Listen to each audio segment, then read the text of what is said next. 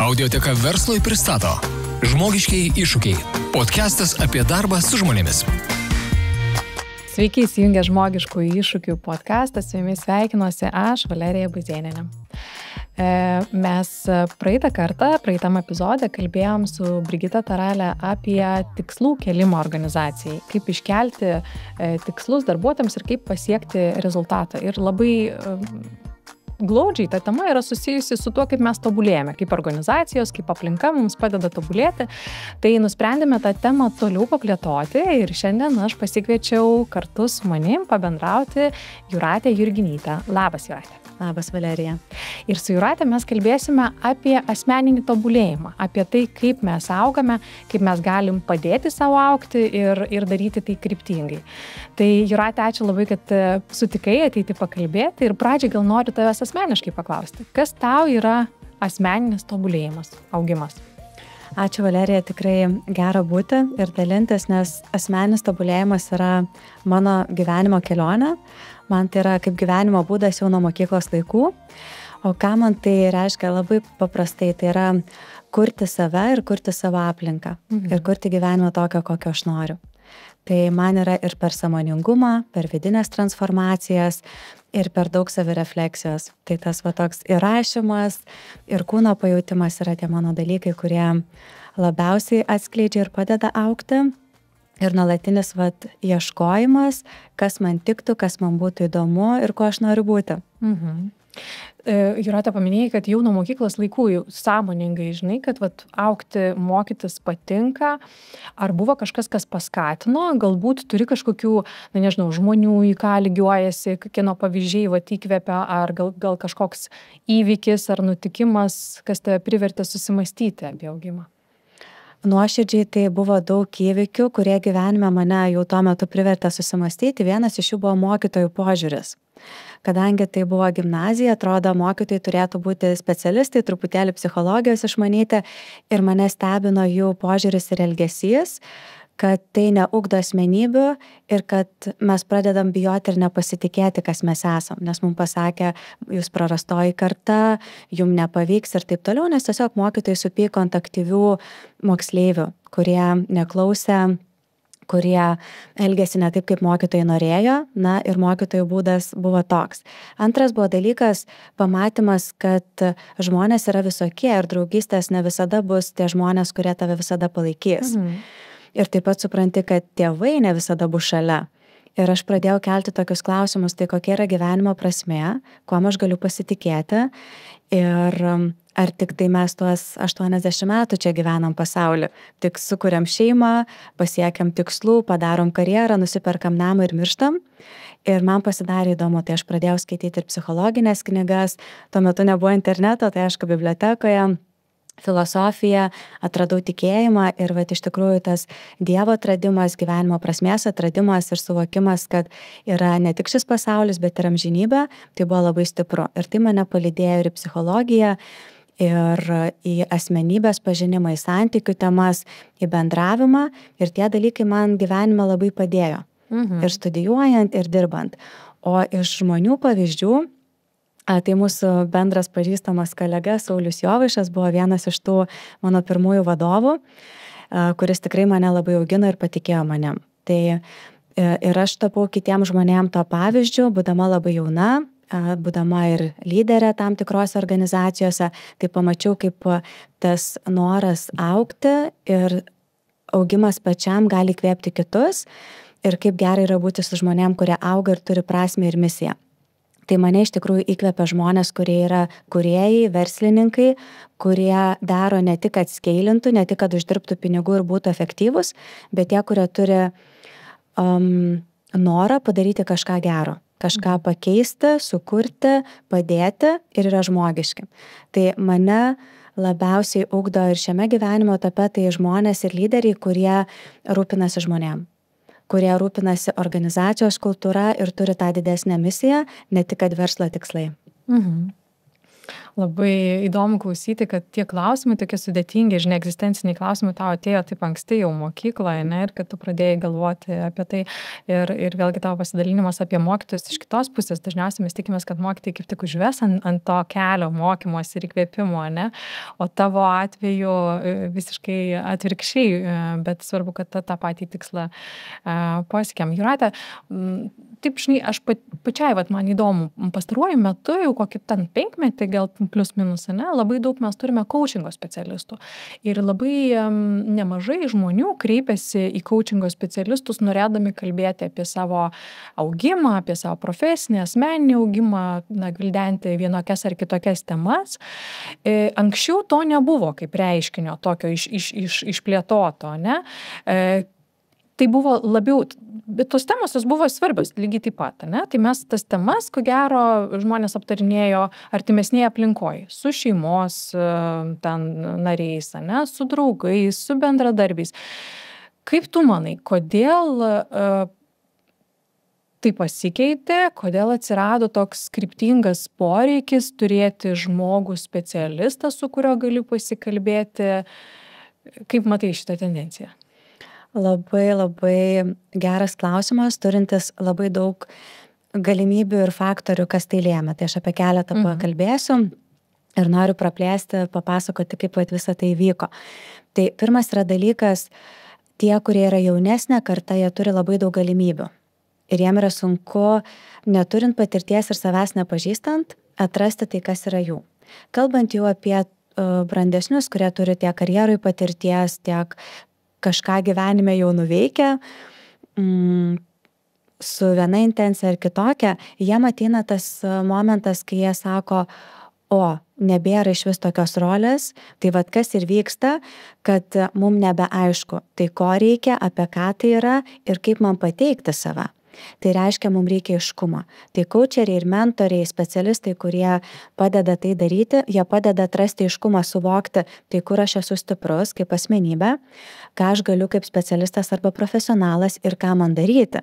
Nes ir žaidimo taisyklės rinkoje pasikeitė. Neužtenka pasakyti, aš galiu atlikti darbą, aš jau turiu pasakyti, kokią aš vertę kuriu, o kas ta vertė. Kas tai organizacija yra vertė, kaip aš suprantu, kaip prie komandos prisidėsiu, kokią vertę kursiu. Ar problemos sprendimas tai yra vertės kūrimas. Tai šitie klausimai ir būna, kad žmonėm nėra lengva juos patiem rasti atsakymus, todėl kad knygose gal rasim, gal nelabai, gal iš kažkokio podcast'o pasimsim įžvalgų, bet realiai, kai mes turim tą specialisto pagalbą, mums ateina ramybė ir aiškumas. Nes mūsų niekas to nemokė, kaip save pateikti besikeičiančioje aplinkoje, kaip prie tų pokyčių prisitaikyti ir kuo aš tampu rinkoje. Tai čia labai yra svarbu savo atrasti aiškumą, kalbėti su savim, žiūrėti savo karjerą, žiūrėti į save ir į save kaip į žmogų, kad tada galėčiau pirmą iš vidaus atrasti, ko aš noriu, ką aš galiu, ir tada jau žiūrėti, kas yra rinkoje ir nebebus tai baisu, kad ten visko tiek daug, o aš nežinau, kaip aš pritapsiu, nes tada labai per savivertę kerta, kad aš nepataikiau arba be reikalo mokiausi ir panašiai. Tu kalbėdama ne tik atsakei, kodėl į coachingo specialistus kreipiasi, bet ir pametėjai nemažai tokių minčių, ką galima gryninti, ne, ir ką galima, ties ko galima padirbėti. Kitas dalykas, gal žinai, irgi tas pats, apie ką tu kalbėjai, kad tempas ir apimtis informacijos, jinai tokia yra didelė ir taip viskas keičiasi dabartiniam šiuolaikiniam pasauliui, kad mes ne visada ir turim laiko, ne, ir galbūt ir tie draugai ar ten šeimos nariai neturi laiko mūsų išklausyti, bet ir mes patys neturim laiko staptelti ir pakalbėti giliai kažkuria tema, kur būtų kalbama tik apie tai ir nenukrypstama, ne? O kai nueini su kažkuo pakalbėti, tada turi tikslą konkretų, ne, kažkokią temą ir tave grąžina į tą tą patį, fokusą tą grąžina, ne? Tai va tas irgi ko gero. Jūrate, kitas toks dalykas, kas nuskamba dažniausiai asmeninio augimo ar tobulėjimo temoje, tai vat aplinka, ne? Kad aplinka iš esmės turi būti tokia, kuri skatintų mus būti geriausią savo versiją, augti, tobulėti. Ir klausant tų visų patarimų, kartais taip pagalvoji, žinai, bet žmogaus aplinka, artimiausia aplinka, jinai nebūtinai keičiasi per gyvenimą. Ir tarkim, jeigu mes įsivaizduotumėm žmogų, kuris nuolat kryptingai auga, arba, tarkim, yra vadovas, arba nebūtinai vadovas organizacijoje, tai jis turi būti, pavyzdys ir savo rolėje, savo profesiniam gyvenime. Tai ne visada ta aplinka ir spėja, ko gero. Ir kai sako, pasirink tą aplinką, kuri tave skatina augti, tai, nėra taip, kad tu mesi viską, atsiribosi nuo visų žmonių, kurie yra tavo gyvenime ir tada susikursi kažkokį naują ratą. Papasakok plačiau šiek tiek, kaip geriausiai elgtis šitų klausimų. Čia labai yra įdomu, kad tikrai nepabėgsim nuo to, su kuo, kaip pasakyti, esam 20-30 metų kartu ir nereikia nuo to bėgti, bet pažiūrėkim nuoširdžiai, kas yra aplink mane. Pažiūrėkim, kas išliko iš mano universiteto laikų ir taip toliau, kokia ta mano aplinka. Gal ten viskas gerai, gal ten žmonės irgi tobulėja ir užsiema fainais dalykais, įdomiais ir taip toliau, arba turi didelę įtaką, statusą ir panašiai. Tai priklausomai, ką sako tyrimai, sako, kad apie 60% vadovų yra pakankamai vieniši ir jaučiasi izoliuoti, bet tai nereiškia, kad jie neturi ryšio su artimaisiais arba su savo aplinka ar neturi jiems laiko. Tai yra apie tai, kad tie žmonės dėl darbo krūvio ir to emocinio tokio nuovargio, jie tiesiog fiziškai jau nebeturi laiko ir jėgų eiti dar į kažkokius, sakykime, verslo klubus, kad aktyviai galėtų ten reguliariai dalyvauti ir įsitraukti, nes nueiti kartą į mėnesį, tai irgi nebus didelės vertės nei vienai, nei kitai pusiai. Tai kalbant apie aplinkos įtaką ir poreikį, gal norėčiau tokį dalyką paminėti, o tada papasakosiu, kaip ją susikurti, kodėl jinai yra svarbi. Tai aplinkos įtaka, netgi James Clearo knygoje Atominiai įpročiai, sakoma, kad jeigu nekeičiu savo aplinkos ir jinai manęs neįtakoja arba man nepatinka mano aplinka, reiškia, aš nebūsiu suinteresuotas pats keistis ir augti. Ir ką tai reiškia iš psichologijos, kad prasidės psichologinė stagnacija, nebus to vidinio augimo, gali ir vidinė frustracija prasidėti. Ir kaip tai atsiskleidžia, ypatingai aukštose pareigose arba atsakingose, nebūtinai vadovų, bet ypatingai vadovų pareigose, vadovai pradeda jausti tokį vidinį pyktį arba nusivylimą, kuris yra, kad o kam aš iš viso to darau ir kodėl aš čia turiu tiek ardytis. Taip, tai yra mano pareigos, bet viduje, labai yra pikta, labai stipru ir atsiranda tokių iš tikrųjų nusivylimų labai stiprių. Apie ką tai yra? Tai reiškia, kai žmogus savo praranda arba kodėl, arba pervargsta emociškai ir dar gali būti tų priežasčių, arba neturi to palaikymo. Tai jeigu jis turėtų tą palaikančią aplinką ir pasidalinsiu, kaip ją turėti, kodėl jinai yra svarbi, tai jam yra labai svarbu suprasti, kokio palaikymo jam reikia. Tai žinodamas, ar man reikia tiesiog išsikalbėti ir man nesvarbu, ar tas žmogus irgi yra vadovas, bet tiesiog, kad išklausytų ir aš savo atrasčiau aiškumą ir tą emocinę stiprybę, tai yra 50% situacijų, kai jau mums padeda. Tai reiškia, kokia ta aplinka bebūtų, išdrįsti su ją bendrauti ir reguliariai su kažkuo kalbėtis, ar bent jau kartą per savaitę. Tai čia yra tas toks ir terapinis, bet ir draugystės ir ryšio kūrimo poreikis. Tai jau čia mums nereikia, kad tas žmogus mūsų aplinkoje būtų mūsų, kaip sakoma, lygio arba nuolat tobulėjantis. O kalbant tada jau apie tą pačią aplinką ir poveikį, kad taip, iš tikrųjų, jeigu mes turim augančią aplinką, mes ir patys augam, mus tai motyvuoja ir kai mums yra sunku, mes turim palaikymą. Kas tai gali būti? Tai gali būti verslo klubai, profesionalų bendruomenės. Tai gali būti, kad ir paties sukurta bendraminčių draugų kompanija, kur mes 2 kartus per mėnesį susitinkam pasikalbėti apie verslo iššūkius ir kaip mes emociškai jaučiamės. Dar dėl aplinkos. Jeigu aš pats turiu norą labiau, tarkim, tobulinti arba augti kaip į žmonės orientuotas vadovas. Tai man galbūt reikėtų labiau su žmonėm bendrauti arba kurti aplinką, kur yra daugiau HR vadovų arba žmonių dirbančių su žmonėm, komandų vadovais ir panašiai, nes tame aš gausiu labai daug vertės ir tie žmonės gaus labai daug vertės. Tai galima tiesiog žiūrėti pagal savo intenciją, tiek vidinę, kur aš noriu asmeniškai augti, tiek, ko man reikia kaip žmogui, kokio palaikymo, na ir trečia, kokioj profesinėje aplinkoje aš noriu būti. Ar tai yra kiti verslininkai, jeigu aš esu verslininkas, ar kiti vadovai tam tikro lygio, nes taip kartais būna, ir ne kartais, bet būna, kad sąmoningumas skiriasi žmonių tam tikram lygyje.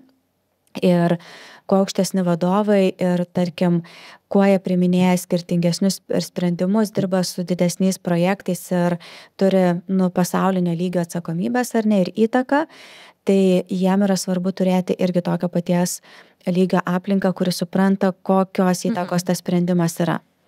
Ir kad jie galėtų dalintis ir augti tame lygyje. Tai manau, kad tada yra tikrai svarbu ieškotis ar mentoriaus, ar aplinkos, kuri yra globalaus masto, tam tikro sąmoningumo lygio, nes vienoje aplinkoje bus vienaip, o kitoje, pavyzdžiui, startupo aplinkoje, na tai bus dinamiškumas, greitis, skeilinimas ir taip toliau. Tai mes galbūt, jeigu norim tokio palaikymo, galim būti tokio aplinkoje. Jeigu mes norim daryti pasaulinę įtaką, mes bendravom su žmonėm, kurie daro pasaulinę įtaką. Ir kaip su to yra, kaip ten susikurti? Prisėdus ir savo pasidėlioju savo intencijas ir užsirašius, ko aš iš tikrųjų noriu, kokių žmonių, pasižiūrėjus LinkedIn, kaip jie realiai atrodytų, kaip tos organizacijos, klubai ar asociacijos atrodytų, ką jos veikia. Galbūt tai yra kažkoks modulis arba galbūt kažkokia grupė ir bendruomenė, kuri atlieps tos poreikius. Pagal temą, pagal mano lygį, pagal bendravimą, su kuo aš noriu bendrauti. Ir tiesiog sąmoningai skirti vieną kartą pusvalanduką su savim ir kitą pusvalanduką ar valandą pasižiūrėti LinkedIn, ChatGPT paklausti ir taip toliau, pasižiūrėti, kokie yra tie variantai ir sąmoningai skirti tam laiko. Kodėl aš to noriu, ką man tai duos ir sąmoningai nusiteikti, įsitraukti. Nes yra daug žmonių, kurie galvoja, o aš čia panetvarkinsiu, padalyvausiu ir man čia jau atsivers visos galimybės ir čia mane visi klausys ir padėsim čia vienas kitam, pasikaučinsim vienas kitą, savaime tai neįvyks, tam turi būti intencija, noras ir o ką aš irgi tiem žmonėm galiu duoti. Ko man reikia, bet ką aš galiu duoti tiem žmonėm. Ir mano nuomonė ir iš mano patirties, aš tai jau darau 18-20 metų, man tai yra didžiulis augimas, nuolant būnant sąmoningai tam tikrose bendruomenėse, klubuose, tiek dvasinė prasme, tiek profesinė, tiek verslo. Pas mane gyvenime kiekvienais metais yra peržiūrima, kokio aš bendruomenėje esu, tai ir kiekvienam irgi rekomenduoju persižiūrėti, kur aš esu, ko aš noriu ir kur aš toliau save matau. Tai iš esmės tu šiek tiek palengvinai tą tokią užduotį, ne? Kad aplinka yra ne tik mūsų artimiausia aplinka ir mes patys esame atsakingi už tos aplinkos sukūrimą. Ir čia svarbiausia, ko gero, pirmiausia, kaip tu sakei, atsakyti savo į klausimą, kokio palaikymo man reikia, koks tas mano augimas, ko aš siekiu, ko aš tikiuosi ir tada tas savo aplinką praturtinti tokiom kišenėlėm kitokių kontaktų, kurie galėtų man suteikti ir nebūtina visko perbraukti ir visiškai nuo nulio savo aplinką, savo kontaktų ratą kurti.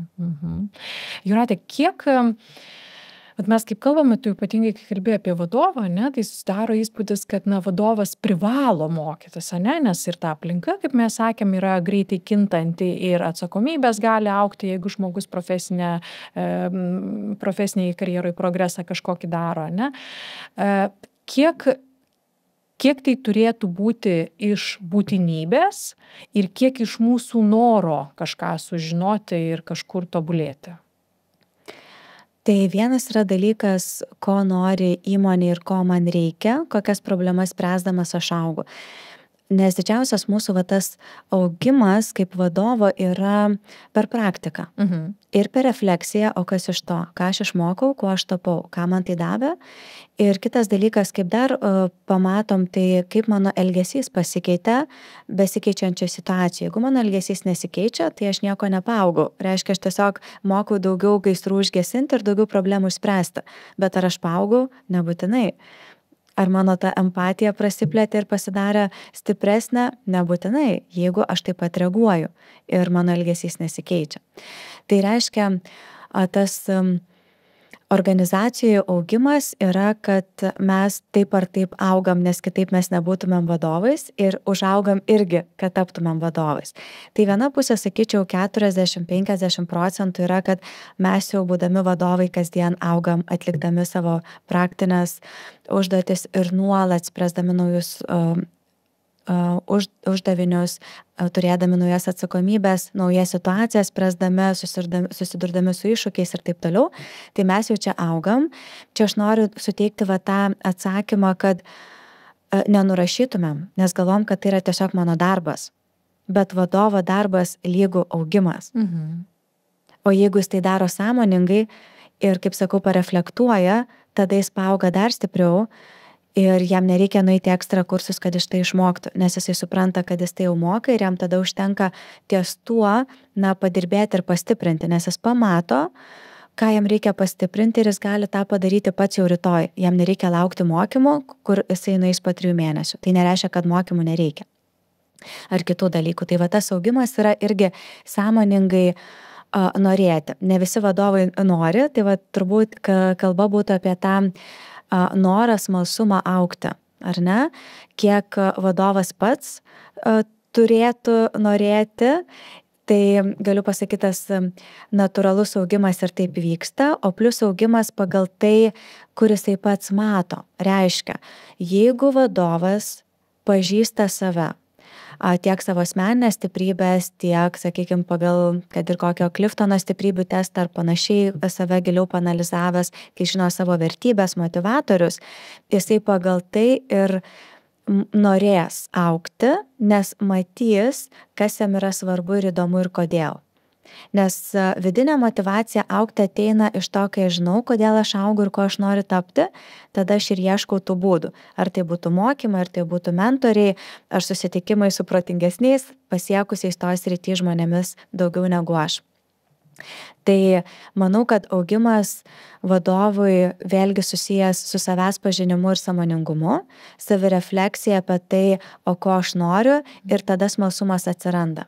Nes kitų atveju gaunasi, kad man reikia, nes visi auga ir viskas keičiasi. Ir tada iš to reikia taip sunkiai ir gaunasi, ne? Gaunasi ne taip kokybiškai, gaunasi žmonės tai jaučia ir pats vadovas eina per negaliu arba tai yra disciplina. Tiesiog jis tada sako, aš turiu ir įtraukiu savo kalendorių. Ir kaip suprantam, iš tos disciplinos kažkas išeina, bet kai mes einam iš vidinio noro, o vidinis noras yra tada, kad, kaip fainiai, aš noriu geriau žmogų suprasti, aš noriu išmokti klausyti. Vadovam labai sunku nesiūlyti sprendimo.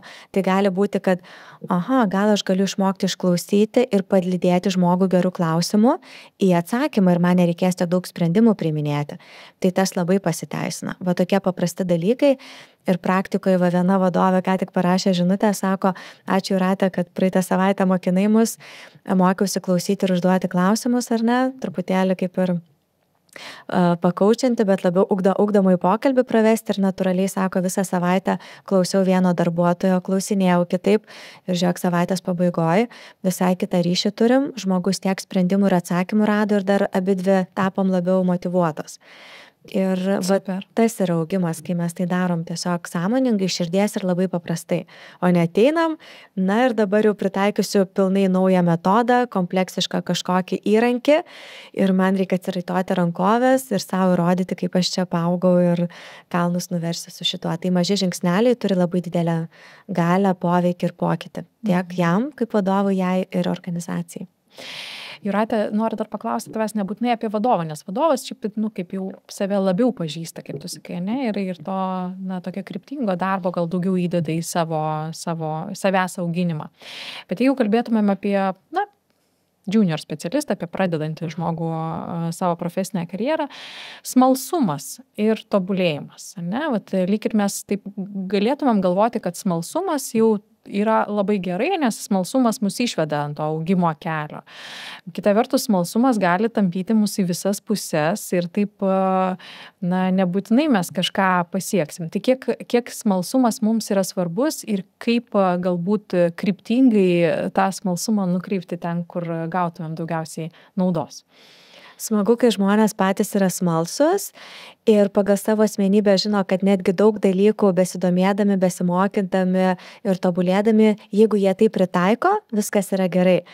Bet gaunasi, pakalbėsiu ir apie tos, kur mažiau smalsumo turi, bet tie žmonės, kurie turi daug smalsumo, jie išsitaško tiek energijos prasme, arba jie nemoka pritaikyti. Ir va čia ateina poreikis specialisto. Ar tiesioginio vadovo, ar tiesiog kolegos, ar mentorio, ar viduje, ar ten išoriai kaučerio. Žmogus iš išorės, kuris padeda pamatyti tam žmogui, kad per daug mokytis per greitai arba per skirtingų dalykų vienu metu, tai niekur nenuves, tai tik išblaško. Tai vat mums yra labai svarbus tas išorės žvilgsnis, kuris mums padeda susikalibruoti ir atrasti, ko man iš tikrųjų reikia, arba, kaip sakau, kas ketvirtį susidėlioti. Jeigu esu labai smalsus, tai aš rekomenduoju kas ketvirtį susidėlioti po 2-3 dalykus, į ką aš gilinsiuos ir kaip tai pritaikysiu. Ir nepulti prie naujo dalyko, kol to nepritaikiau. Nes metų pabaigoje jausiuos, kad jeigu šito dalyko nedarysiu, nepasidisciplinuosiu gerąją prasme, tai metų pabaigoje jausiuos, kad tiek daug visko bandžiau, o tai kas iš to? Ir tą skaičiau, ir ten dalyvavau, ir toje konferencijoje buvau, ir su tame netvarke buvau, o tai kas iš to? Ir tik pavargau. Taip, nuo to bėgimo. Pavargau, nieko nepritaikiau, jokio pokyčio nepadariau, ir buvo labai faina. Gera emocija, taigi viskas apie emociją. Tai čia yra vienas kelias ir po to žmonės patys pradeda klausti, o kas negerai, bet jie ne tos klausimus tada užduoda. Čia jau kita tema. Tai grįžtant prie žmonių, kaip paskatinti smalsumą ir kiek jo reikėtų. Tai sakyčiau, sveikas smalsumas būtų tas vidinis noras dviejuose, tarkim, dalykuose, ir to tikrai užtenka. Vienas, kur aš kaip žmogus šiemet norėčiau tapti geresniu, ar tai būtų per kažkokią tai savybę ar per kažkokią elgseną. Ir antras, o kas profesiškai man tikrai yra įdomu ir ką aš noriu pritaikyti, kas man padėtų darbe. Tai va šito smalsumo jau užtenka, kad mes galėtumėm susirasti, skaityti, gilintis ir pritaikyti ir pareflektuoti ir pasidžiaugti. Tai va, nepamiršti pasidžiaugti, užfiksuoti, tai o ką aš iš to padariau. Kaip man sekas tai gyvendinti. Paklausti grįžtamojo ryšio. Tiesiog padaryti savo tai paprastai, kad galėčiau atšvęsti, pamatyti prasmę, nes kitaip viskas va taip prabėgs. Tame tempe ir atrodys, tai ką, tai išmokau.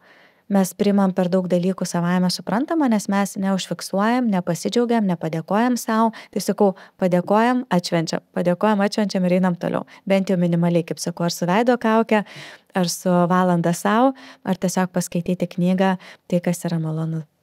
Svarbiausia, neištaškyti energijos. Tai dar noriu pasakyti, kad ne tik tas augimas yra per savęs tobulinimą, bet ir per energijos valdymą.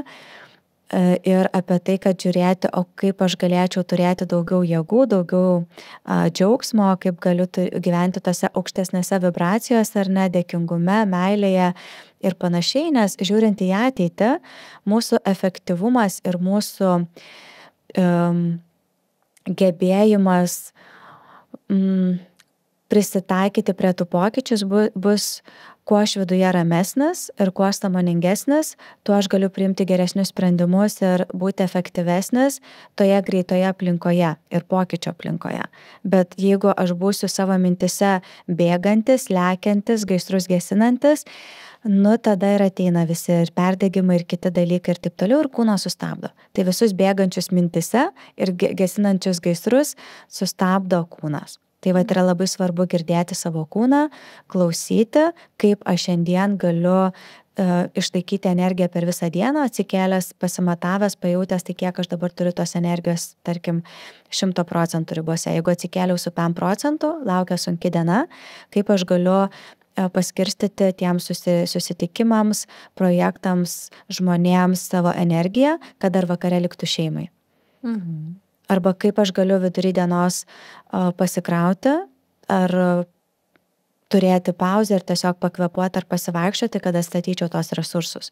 Tai priklausomai, ko mano kūnui reikia, mano mintim, kad vakare aš tikrai galėčiau pabūti su šeima ar ne, arba turėčiau jėgų nueiti sportą. Tai va tie maži dalykai taps kasdienoje mūsų augime ir gyvenimo kokybei vis labiau svarbus. Atnaujinti, refreshinti, kaip tu sakai, savo mąstymą labai padeda ir bendravimas su skirtingai žmonėm. Ir čia galbūt man labai patiko, kad tu pasakai, pabrėžiai, kad tas tobulėjimas jis nebūtinai ateina iš kažkokių formalių turinio gavimo ten būdų, ne, mokymų ar konferencijų ar knygų. Tobulėjimas jis gali įvykti ir darant tą patį, ką darai visada tik sąmoningai ir lygiai taip pat bendraujant su skirtingais žmonėmis. Mes išmokstam, pamatom, suprantam kažkokius skirtingus dalykus. Bet žinai, Jūrate, vat klausant, norisi man dar užduoti tokį klausimą. Mes taip daug informacijos turim ir tas tempas labai didelis ir viskas keičiasi ir dar savo keliam vis tokius nuolatinius kažkokius ten tikslus, vis augti, kažką sužinoti, patobulėti, evoliucionuoti, o būtina šiaip augti. Mes nuolat augam ir tas progresas ir procesas yra natūralus ir mes esam sukurti kaip žmonės, kaip gyvybė, kuri nuolat auga. Nes jeigu mes sustojam ir pasakom viskas neauksiu, kas atsitinka, mes stagnuojam ir atsiranda vidinė frustracija, ne dėl to, kad pasąmoningai lyginsime su kitais ir kitas daugiau pasiekia, čia jau tokie būtų antriniai dalykai, bet kadangi mūsų natūra sukurta judėti prieki, tai mes jai negalim pasipriešinti, kaip ir universaliesiams dėsniam negalim pasipriešinti, taip ir tam progresui. Tai čia gal yra toks dalykas, kad labiau norisi žiūrėti, kad gal mums nereikia tiek draskytis dėl to augimo ir dėl to viso tempo, kas aplinkui. Tai stiprybė yra tame, ne kad mes įsitemptumėm ir nerimautumėm, ar aš čia pakankamai augu, ką čia dar padaryti, dar tikslų dar. Nes tie žmonės, kurie daug metų tai daro, jie po to vieną rytą atsikelia ir sako, bet man nereikia tiek daug. Ir ten, kur aš esu, jiems irgi nereikia. Mes tik galvojam, kad mums visiems čia tiek reikia daug augti. Ką tai reiškia? Tai reiškia, kad atsisėdus ramiai ir pasikalbėjus su savim, mes galim susimažinti dalykų ir atsirinkti mums reikiamą tiek informaciją, tiek mokymus ir taip toliau. Aišku, kai kurių dalykų mes negalim, kai kuriam dalykam negalim daryti įtakos, jeigu tai yra tam tikri įmonių sprendimai, mokymai ir taip toliau, ir jeigu mums duoda daug ten info, viskas yra okei. Tai yra krūvis, kaip pasakytoje aplinkoje ir tada jau yra mūsų užduotis kokybiškai ir su energijos resursais tai susidėlioti, susitvarkyti ir taip toliau. Bet jeigu mes turim galimybę netgi ir toje aplinkoje daryti įtaką ir protingai klausti ir formuoti tą krūvį ir turim už tai atsakomybę, mes galim būti tie lyderiai, kurie įvertins tai, kiek ir ko mums reikia, kad mūsų žmonės neperdegtų. Nes jeigu nėra kas įvertina, ko mums kiek reikia, tai mums gali ateiti, krautis dalykai ir mes galvosim, kad to reikia. Bet ar mes tikrai visą tai pritaikysim ir ar tai visą tai mums padės? Tai kadangi mes su vadovais persižiūrim ir dirbam tiesiogiai prie to, kokios informacijos, kiek ko jiems reikia ir kodėl, jiems palengvėja ir sako, mums 3% tikrai šitų dalykų nereikia. Arba mes galim tai padaryti kitaip. Arba atrandam dar kitokių būdų, nes jiems tikrai to nereikia, jiems tiesiog prisėsti ir įsivertinti. Ir lygiai taip pat specialistam irgi prisėsti, įsivertinti tai, kas man padės, ko man reikia ir ką su tais dalykais, kurie galbūt mažiau padės, pasitarti, ką mes su to darom. Tai aš manau, kad sąmoningas įsivertinimas ir sąmoningas pokalbis tai padės sutaupyti daugiau laiko ir energijos, negu pulti ir tiesiog automatu priimti visą informaciją ir daryti dalykus taip, kaip mes darėm. Ir aš matau, kad sustojimas tų 5 ar 10 minučių ir tos vidinės ramybės yra daug stipriau, nes iš to ateina geresni ir sprendimai ir naujos galimybės, negu kad lėkti, bėgti ir kažką padaryti, nes turiu padaryti.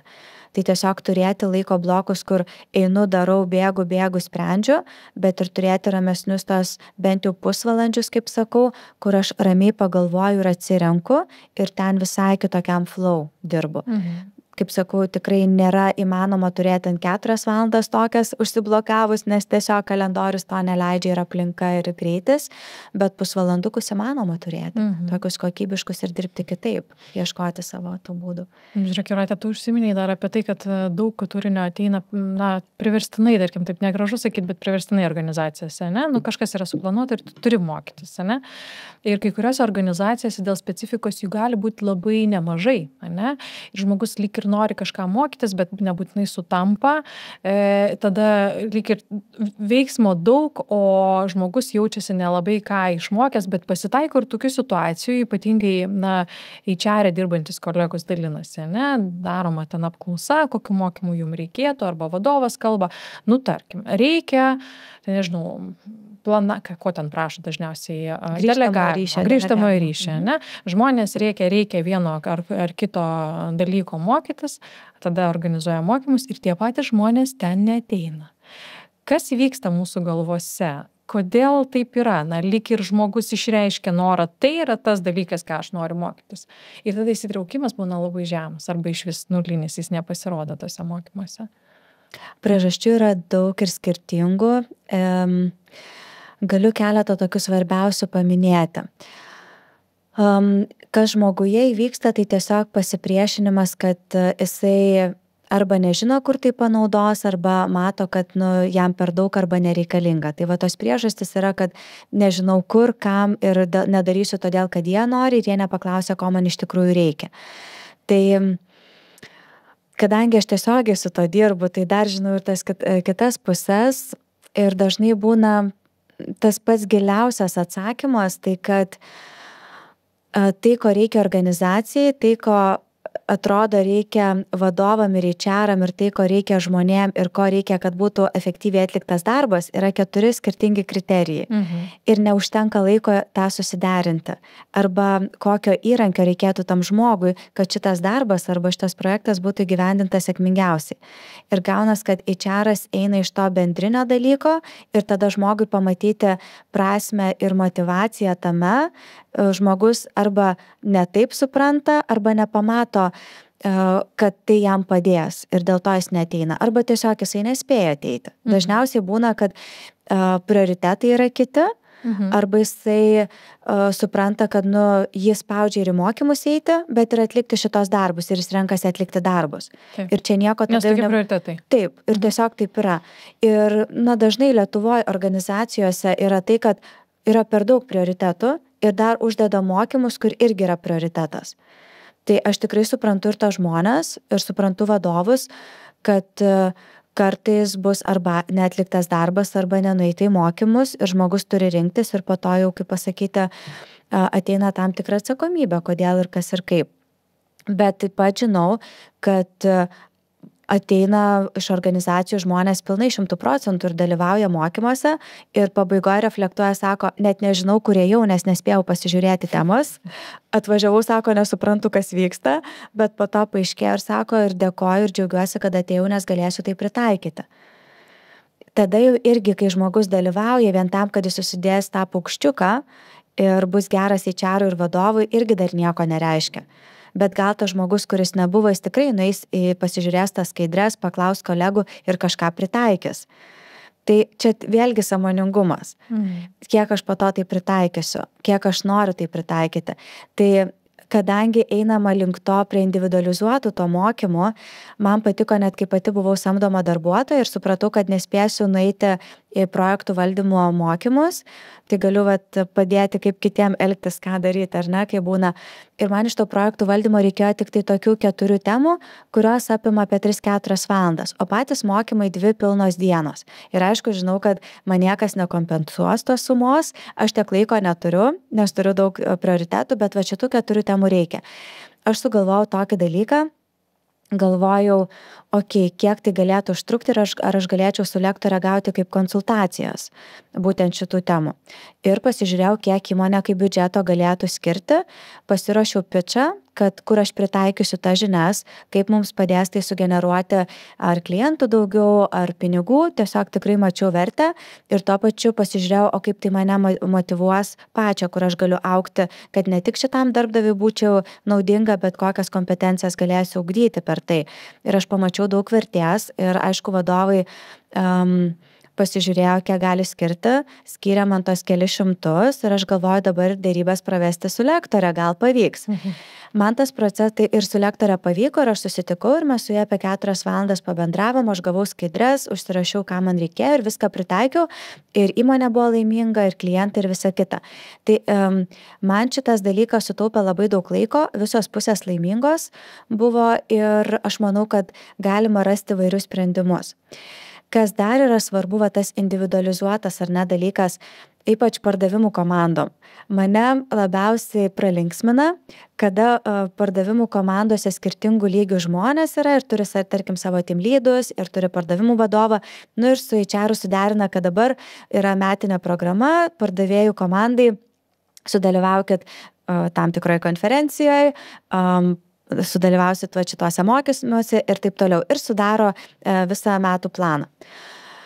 O žiūrint, ko reikia iš tikrųjų tiem pardavėjam, kad tie rezultatai būtų geri, jiems gal reikia ne pardavimų mokymų, o komunikacijos arba, tarkim, pitcho ruošimo, arba vertės pasiūlymo, arba klausinimo dylo tam tikroje kultūrinėje aplinkoje, arba anglų kalba, kaip jiems tai padaryti. Ir gaunasi, kad kaip ir kažką ugdom, bet nežinom, ko iš tikrųjų reikia. Tai jau geriau individualizuotai tiem žmonėm po 2 individualizuotus kursus suteikti, pagalbą su jų tiesioginiu vadovu ir pasižiūrėti, nes yra metiniai pokalbiai ir pagal tai matosi, kur žmogų ugdyti. Tai pagal tai tiesiog, pagal turimą biudžetą paskirstyti, ko tiem žmonėm reikia, kad iš tikrųjų ugdytų ir kaip jie tai pritaikys praktikoje, o ne tiesiog siūsti mokymus. Tai aš manau, kad tai yra toksai bendradarbiavimo dalykas, nes tada žmogus yra motyvuotas, jis supranta, kad jam yra svarbu dėl šitos kompetencijos tobulėti, dėl to yra svarbu organizacijai, kad būtų geriau tikslai pasiekti ir jis būtų efektyvesnis ir tada jisai mato, įmonė į mane investuoja, nes jai rūpi, kad aš augčiau čia. Jo. Ir tas individualizuotas investavimas visada priimamas kažkaip geriau, labiau pastebimas, negu tie tokie bendri mokymai. Šiaip čia toks įdomus fenomenas, kaip žmonės priima ir kaip įsitraukia į tuos mokymus, kuriuos HR organizuoja ir kaip patys susimoka ir ateina. Tai būna kaip diena ir naktis visada labai įdomu būna stebėti, bet čia ko gero viena iš praktikų, kuri labai pasiteisina, tai yra kaip naudos paskirimas asmeninis mokymosi krepšelis, kai žmogus gali pats kartu su tiesioginiu vadovu, žinoma, ir pagal tam tikras ten taisyklės ir sąlygas pasirinkti tai, kas jam aktualiausia ir įdomu, ir tuomet savo tą mokymosi krepšelį panaudoti vienam ar kitam kažkiam renginiui, mokymams ar konferencijai ar konsultacijai, kaip tu pasakoji, ne? Tai vat, tas iš tiesų padeda tada ir motyvaciją pakelti ir sualaininti, ne, žmogaus interesus ir jo poreikius augti darbe taip pat. Jūrate, dar norėjau tavęs klausti, galbūt turi kažkokių patarimų, kaip pati išlaikai fokusą, koncentraciją į tai, kas svarbiausia ir kaip sustiguoji savo profesinį augimą ir asmeninį taip pat. Mano mylimiausia tema, tai pasidalinsiu gal tokiais naujausiais savo dalykais, nes mėgstu nuolat persižiūrėti ir pakeisti. Tai šiuo metu, kas man labiausiai veikia, tai yra išmokti klausyti savęs ir ko reikia mano kūnui ir apie ką yra ta mano energija. Tai reiškia, kad aš turiu tiek rytinės praktikas, tiek dienos metu, tiek ir vakare. Tai mano rytinės praktikos yra ir dėkingumas, malda, afirmacijos. Man patinka ryte iš tikrųjų susijungti maldoj su kūrėju, o toliau jau pradėti, kaip sakau, dieną su savim. Tai reiškia ir su savo kūnu, pasižiūrėti, kiek energijos turiu ir įeiti tą tokį užtikrintumą ir į tą tokią vidinę ramybę ir pasitikėjimą. Ką tai duoda? Kai ryte įeinu į tą tokį sąmoningą buvimą, man kiekviena diena yra kokybiškesnė ir man savaitė ir dienos yra ilgesnės. Man kažkas sako, o kaip ta savaitė prabėgo, aš taip sėdžiu, wow, man tai kaip mėnuo. Nes aš jau ryte įėjau į tą sąmoningumą, nesvarbu, kad po to prasidės bėgimai ar skubėjimai, ar kažkokie ir automatiniai dalykai, tikslai ir taip toliau.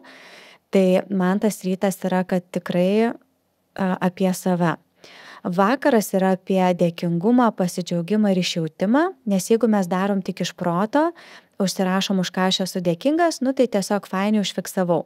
Bet jeigu neišjaučiu kiekvieną kūno ląstelę, tai neturi tokio poveikio. Nes man yra šie metai apie energiją. Tai reiškia mano fizinę, emocinę, dvasinę, nes kai aš jos turiu daug, kai jinai yra aukštose vibracijose, kai aš turiu ryšį su savim ir su Dievu, man tada viskas vyksta kitoj kokybei. Aš paleidžiu kontrolę, bet prisiemu atsakomybę už tai, ką galiu kontroliuoti ir paleidžiu, už ko negaliu. Reiškia, jeigu kažkas sugrius, nepavyks, bet aš padariau viską, ką galėjau, viskas yra okei.